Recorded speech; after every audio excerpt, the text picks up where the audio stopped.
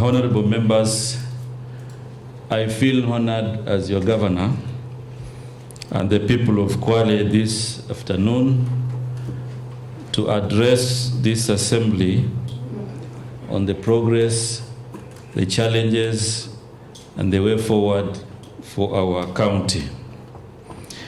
And as I make this address, is also a clear demonstration of the commitment that I made and the commitment that we made to deliver all the promises to the people of this great county of Kwale. As a county government, we have, in the last 3 years, been building on our foundation that we began in 2013, during which we made a promise to make sure that we transform this county. And again, this promise is further captured in my manifesto, and the public and all of us as we were traversing this county in 2017. It is also inspiring our vision to make Kwale a competitive, industrialized, and a county that will inspire social, economic development in a very sustainable manner and in a secure manner. The success we have realized this far has been made possible by our close collaboration, not forgetting the support that we have received from the partners, including the national government, other international friends within the county, within the nation, and also globally. The partnership has been very crucial because at this point, honorable members, we are implementing our second generation CIDP 2018-2022, which has a clarion call of continuity in Kwale's transformation together. This is a 5-year plan which is rooted again on the aspirations that we have set and a continuum process that we set out to do from the beginning so that we are able to implement high impact programs and create an enabling environment for shared prosperity. It is important to note that these programs that we are implementing and are rooted in our CIDP have a budget of approximately 64 billion, which is required to be able to fully implement these programs.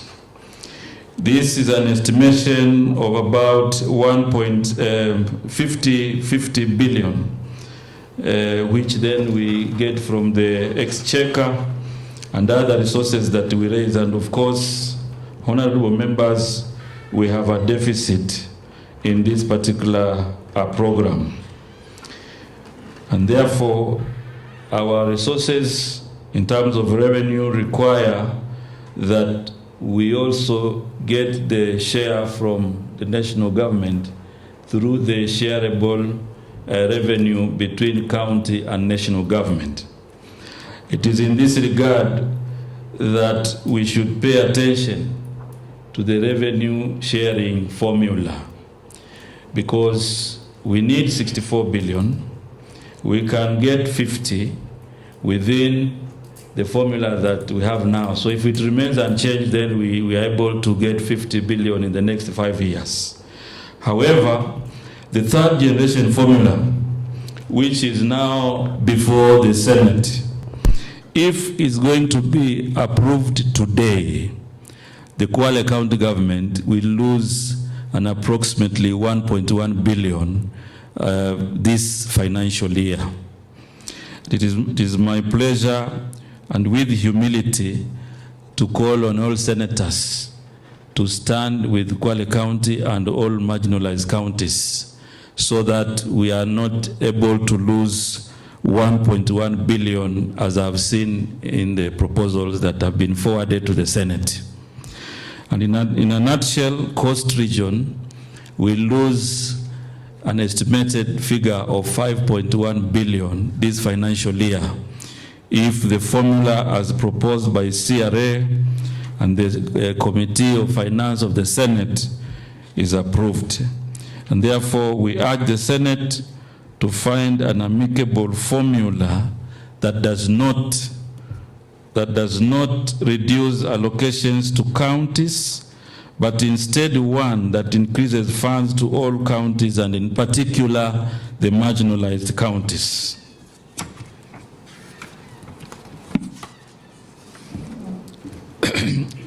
Honorable members, today I'm reading this State of the County address in a very unfamiliar environment of restrictions necessitated by the advent of the global pandemic, the coronavirus. And that is why all of us here are very careful so that we are able to cushion each other against this infection. Kwale County reported its first case of the coronavirus, and since that time, things have never been the same again. The tourism sector has been shuttered, businesses have been thrown off balance, schools remain closed, and no one knows for sure when things will get back to normal. It's time perhaps we got used to the new normal. As a county, we have registered so far 151 positive cases of COVID-19. Out of these cases, 88 are foreign nationals, 63 are other Kenyans, and 33 are residents of Kwale County, a clear confirmation that we have this disease in our midst. The good news, honorable members, is that out of the cases we have had in the county, it is only one that underwent treatment, and this was a foreign national from France. All the other cases have been asymptomatic, and therefore, right now as we speak, we have 11 who are managing this disease at home under the home-based care program that was rolled out. So as a county government, I want to assure you, we have put in place adequate measures to respond effectively to this pandemic. We have identified 5 quarantine centers that are mandatory, at least one in each sub-county, that can hold cumulatively up to 100 people at any one particular time. We have also isolation centers in Samburu, in Kinango, in Kwale, in Lungalunga, and Msambweni Hospital, with a combined capacity of 340 beds. The county has also an intergovernmental COVID-19 Emergency Response Committee, which is co-chaired by myself and the county commissioner. And these committees are also cascaded down to the ward level. And as part of the effort, we received a grant of 137 million from the national government to help combat the spread of COVID-19. And this money is part of what we are waiting for the CARA to be approved, and then it can be approved together with the entire budget. So we have allocated 30.5 million to expand our COVID-19 unit in Msambweni Hospital, and we are able to accommodate 200 additional isolation beds that will raise the number of beds in Kwale County to 540. The balance of approximately 106 million was allocated to PPEs, ventilators, beds, and medical supplies. And I want to assure you, as members of this county assembly that currently we have 18 ventilators. Even before we buy more, we already have 18 ventilators, and so far only one was used by the patient that I mentioned before. Honorable members, the first duty of a governor upon assumption of office is to constitute the CEC. And this is in line with the provisions of the County Government Act 2012. I therefore want to confirm that as a county government, we have a CEC which is structured within different portfolios. And this therefore represents 10 departments in the county government, each headed by a CEC member. This particular action therefore lays the foundation for coordination of government business, enhancing performance and fostering transparency and accountability. And below CEC members, we have chief officers, 11 of them, 9 spread in the other departments, and 2 in tourism, making a total of 11. And currently we have 2 chief officers who left the service due to personal reasons, and we've already advertised those positions so that we can get other people to move and implement the agenda of the government. It is also worth noting that within this reporting period, we were able to replace the County Public Service Board, and therefore we have a new board. The other one expired, and this will continue to strengthen our coordination of human resources. I'm also happy to report, honorable members, that the construction of the county headquarters has now been completed, and we have now moved to occupy the building. And we also expect CEC members to move to the new offices to enhance coordination and implementation of government business.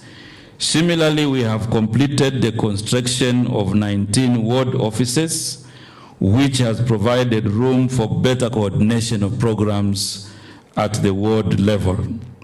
We are yet to construct only one office in Ramisi Ward, whose funds have not been approved in previous budgets, and we have now set aside funds to connect power and water to all ward offices to improve service delivery.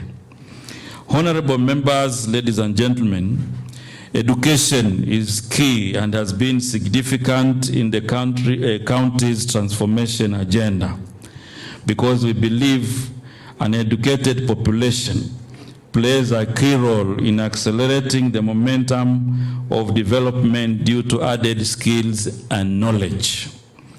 In the last 3 years, we have invested heavily in development of education that promotes uptake of appropriate technology and innovation.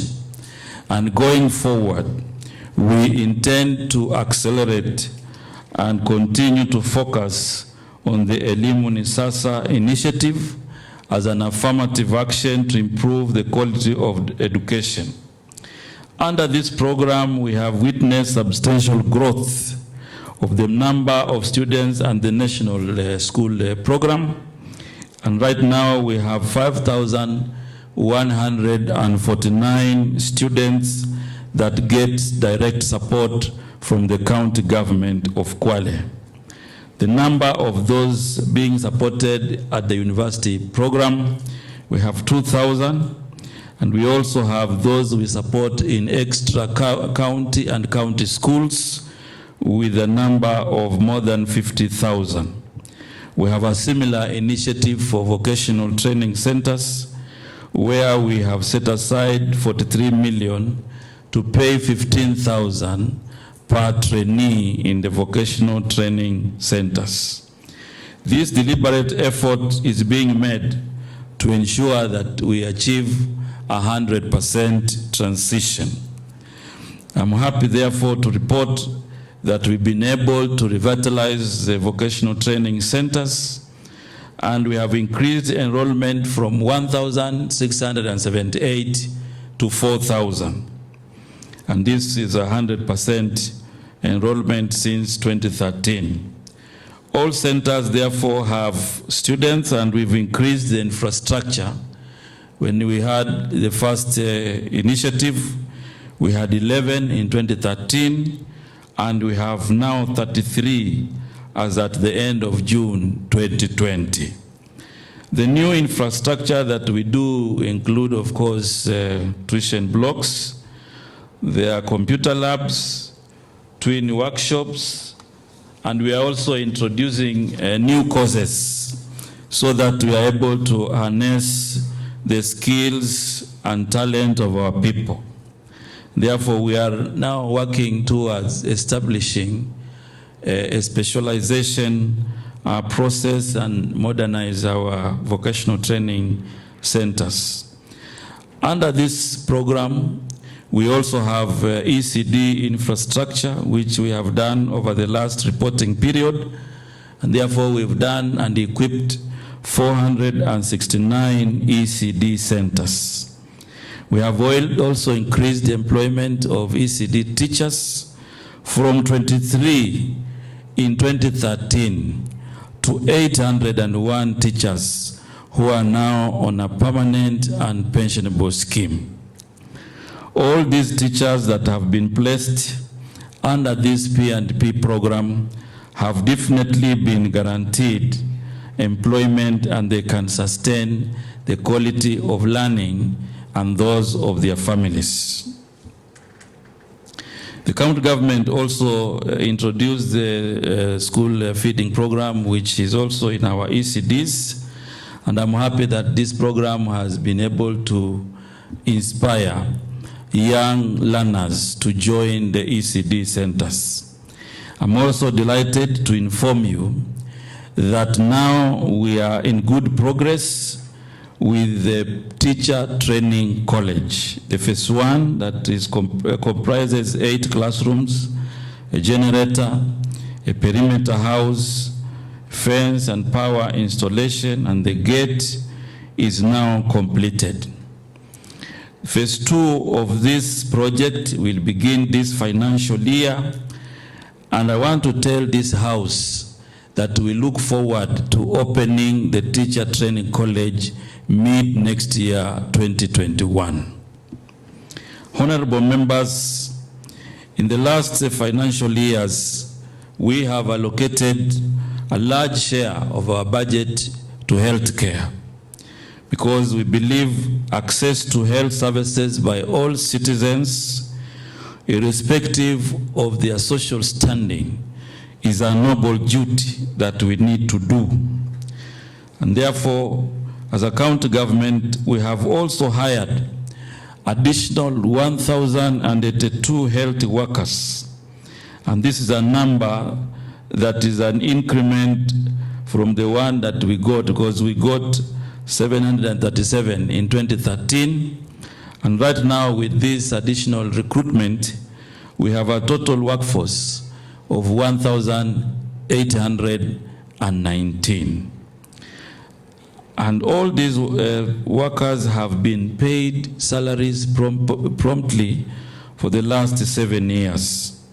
We have also a good appraisal system that makes sure we are able to promote our health workers and also handle issues of discipline. It is through this process that we also manage to absorb all the casual workers in the rural health facilities and are currently under permanent and pensionable scheme.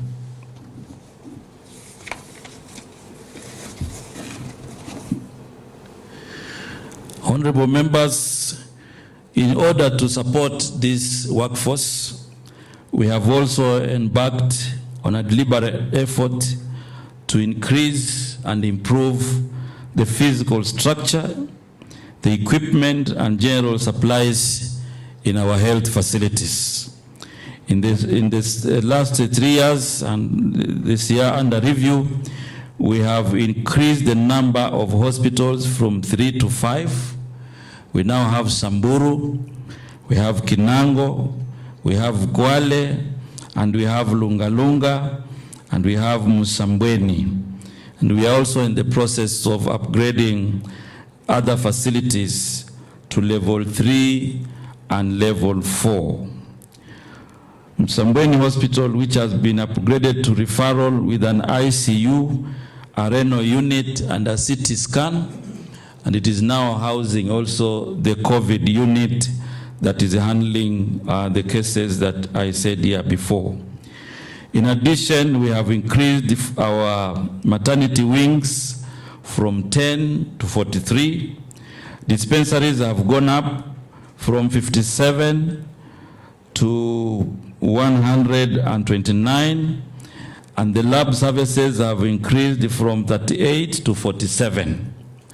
I'm glad to note that these efforts are not in vain, because now we are seeing deliveries being attended by skilled attendants, and the health-seeking behavior of pregnant mothers has increased from 55 to 70%. Maternal mortality has reduced significantly from 650 per 100,000 to 430 per 100,000. As a result of these efforts, we were recognized by the World Health Organization, and we were conferred an award which is called Best Improved Maternal and Infant Care Award in December 2018. Going forward, we shall be proposing measures to improve lab services in all health facilities. The county government has also made substantial progress in developing water infrastructure across the county. Our goal is to reduce substantially the distance covered by our people so that they can be able to access safe and secure water for domestic, for livestock, and for irrigation.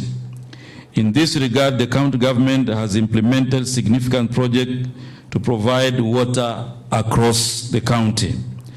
These projects include the 39-kilometer Mgalani-Busho pipeline, the 17-kilometer Marere-Maluvamba-Mkongani, the 12-kilometer Mukanda-Mabandari Mwananyamala-Zombo, the 4-kilometer Marere-Godoni, and also the new Bububu Springs that extend a 3-kilometer line to Simba and Vuga villages.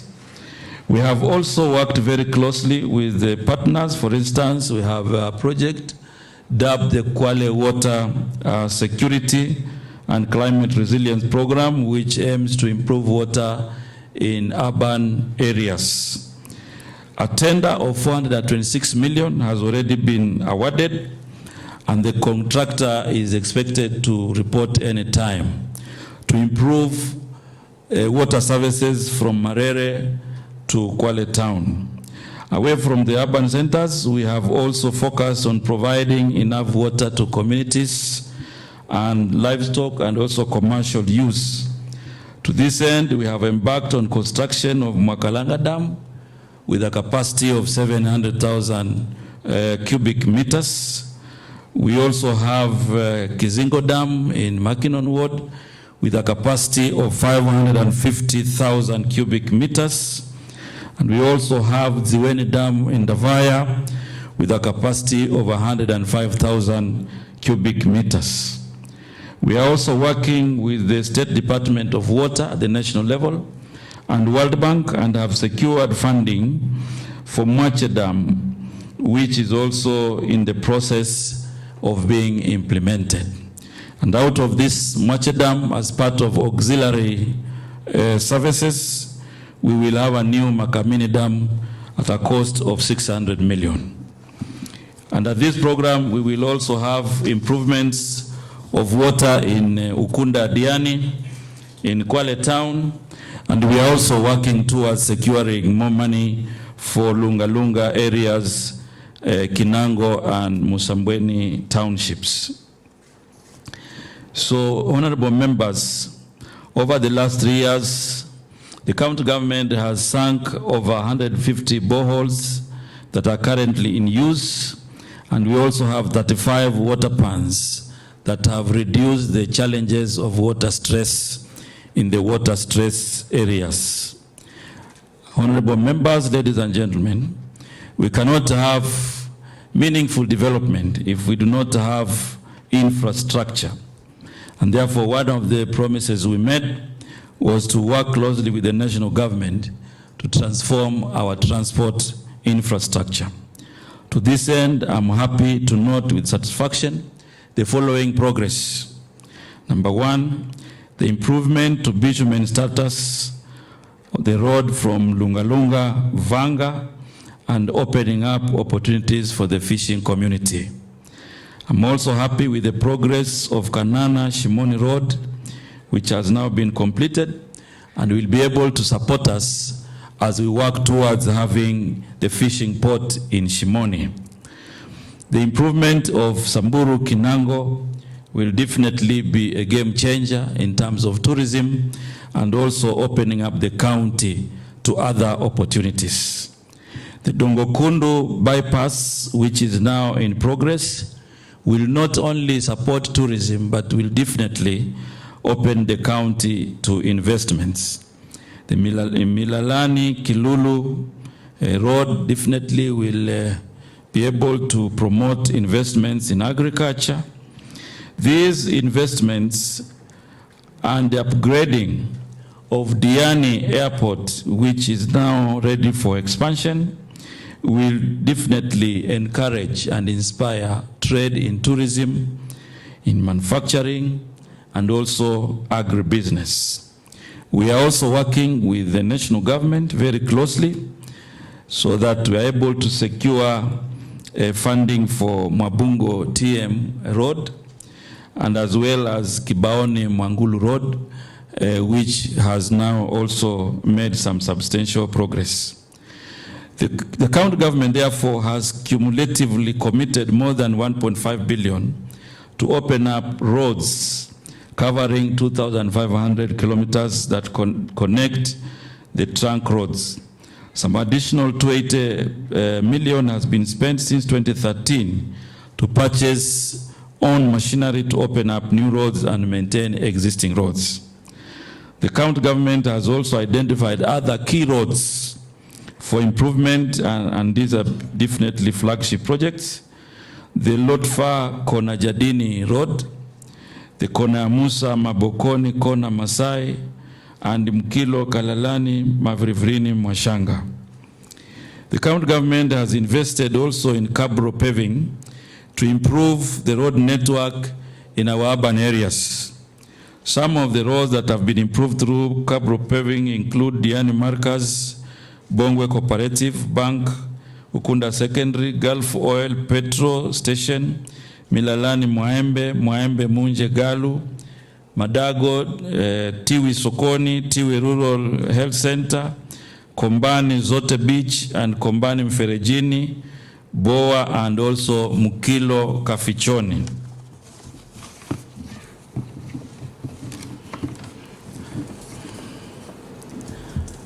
To improve security and enhance business across the county, 66 million was spent on lighting and floodlights in the various town centers.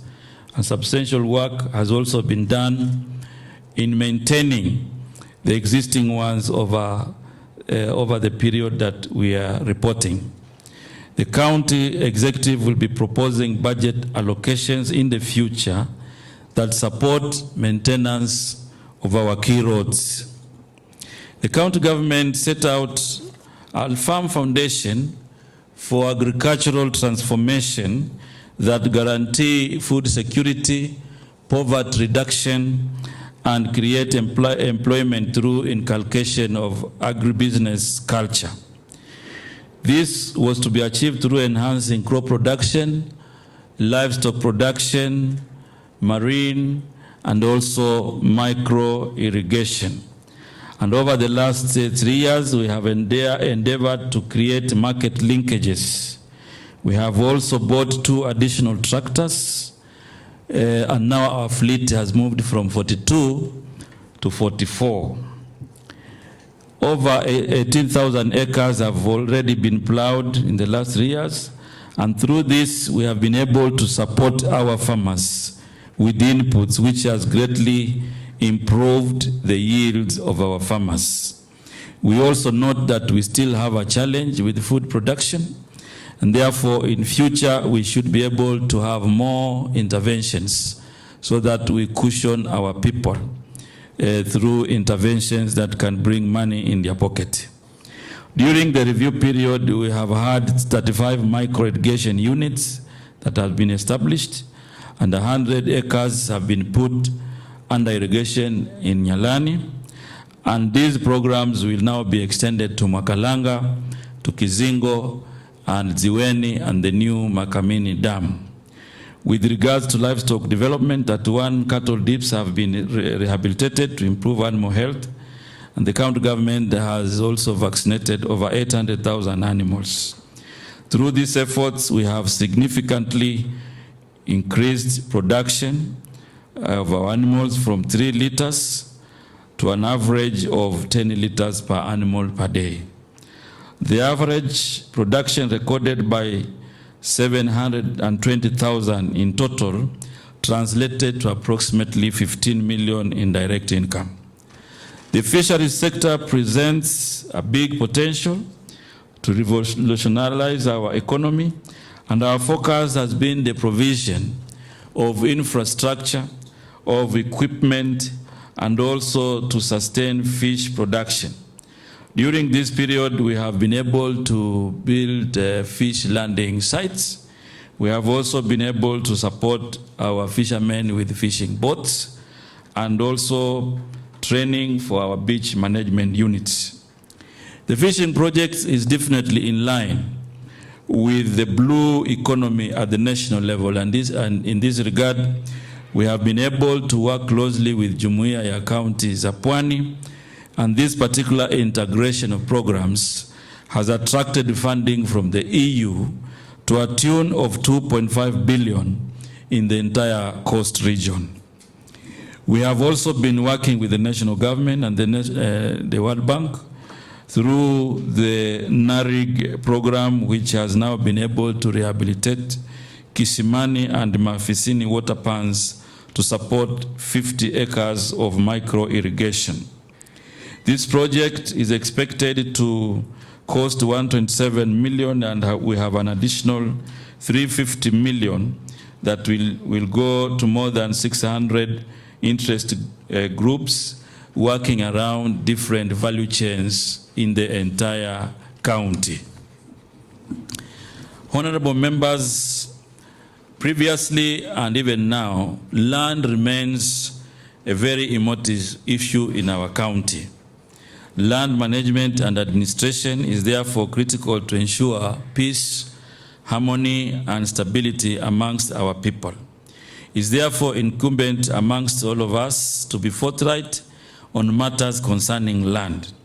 During the period under review, we have worked closely with the State Department of Lands at the national level and the Land Commission to resolve some of the long outstanding land disputes, including ranches, Mavumbo, Samburu, Mwereni, Shenze, Kuranze, and also Diani settlement scheme. Through this process, authority was granted to be able to subdivide some of the areas that were communal. And I'm glad to report that adjudication of these areas is underway. An example is Mavumbo, where 625 titles are being processed to facilitate the Mwache Dam project. Ladies and gentlemen, I also want to mention, even though we have had good working relations with the National Land Commission and the State Department of Lands, we have also seen situations where NLC has taken decisions that have not been to the interest of our people. A good example is Chenze Ranch and Kuranze, where they wrote to us and said this land should revert back to the county government and the community. 2 weeks before they left office, they wrote again, they revised their minutes to say that Chenze Ranch should be given to the private owners that had applied for that land. So as a result of this, we are in contestation, and we want to seek the support of this House so that we can pursue those cases conclusively. However, we still have other challenges that are not caused by government, but they are also caused by community. In Mvurya'S Ranch, for example, people have granted themselves authority to illegally sell land to unsuspecting buyers.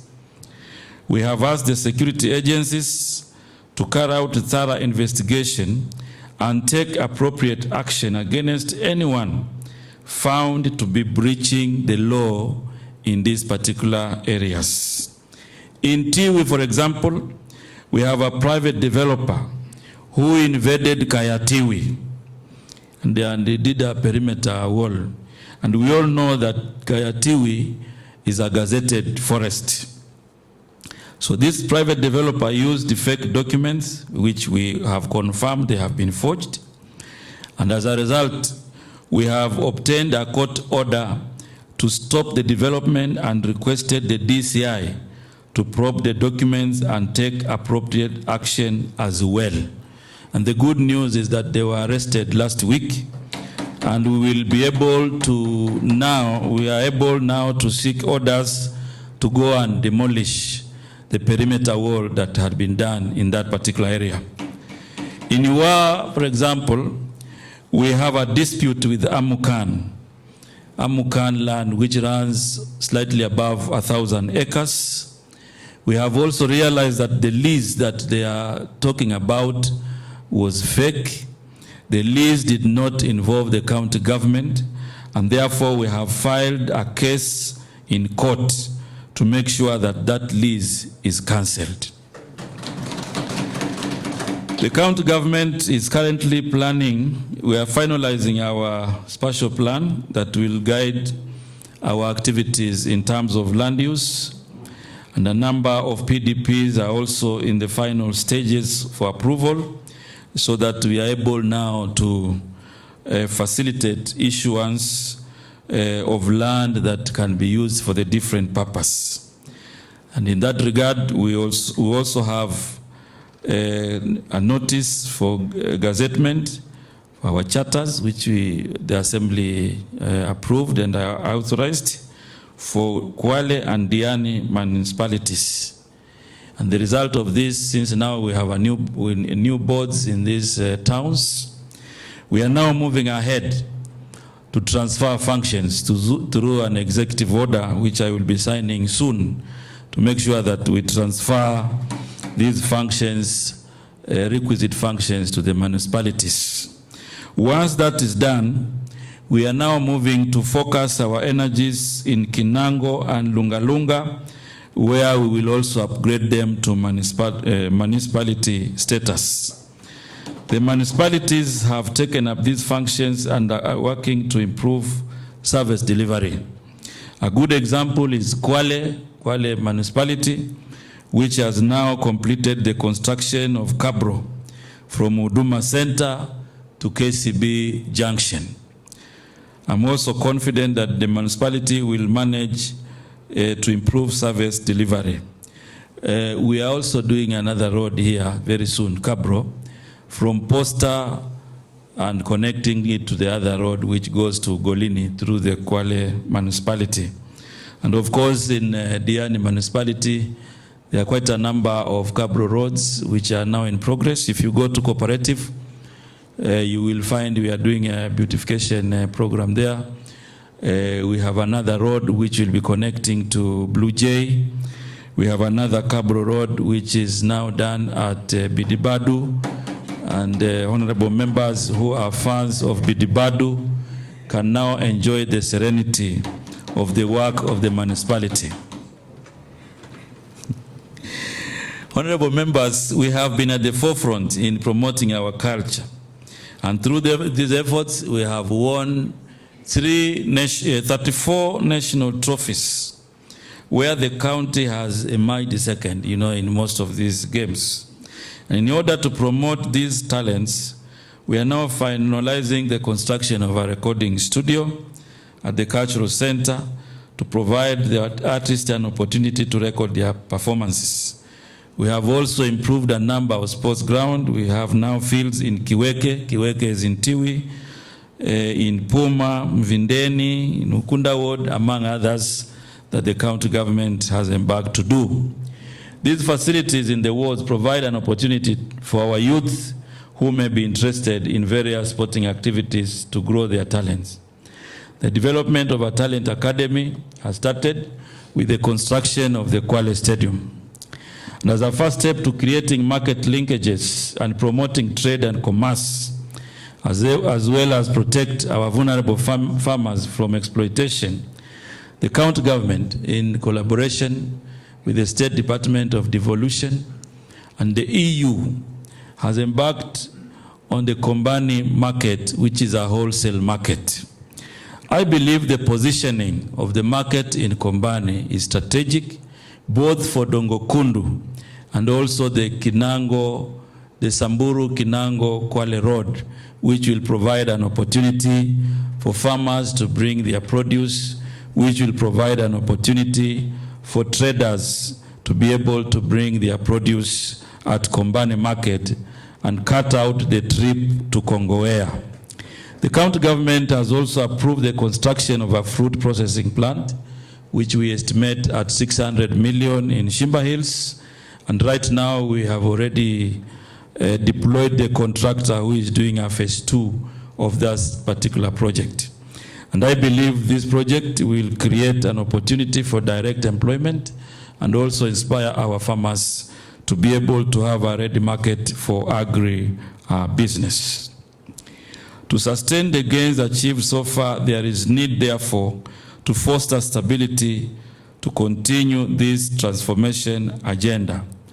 There is need, and we've already begun, working closely with partners such as Jumuiya ya Counties za Pwani at the regional level, the national government, NGOs at the local level, international partners, and bilateral institutions. All our friends and stakeholders will continue to work with us as we implement our development agenda. Lastly, honorable members, I wish to sincerely thank the people of Kwale for being steadfast in participating in decision-making processes through public participation. And as leaders, we also have an obligation to be adaptive to the challenges posed by COVID-19. I wish all of us a prosperous year ahead. God bless you. God bless Kwale. God bless Kenya. Thank you very much.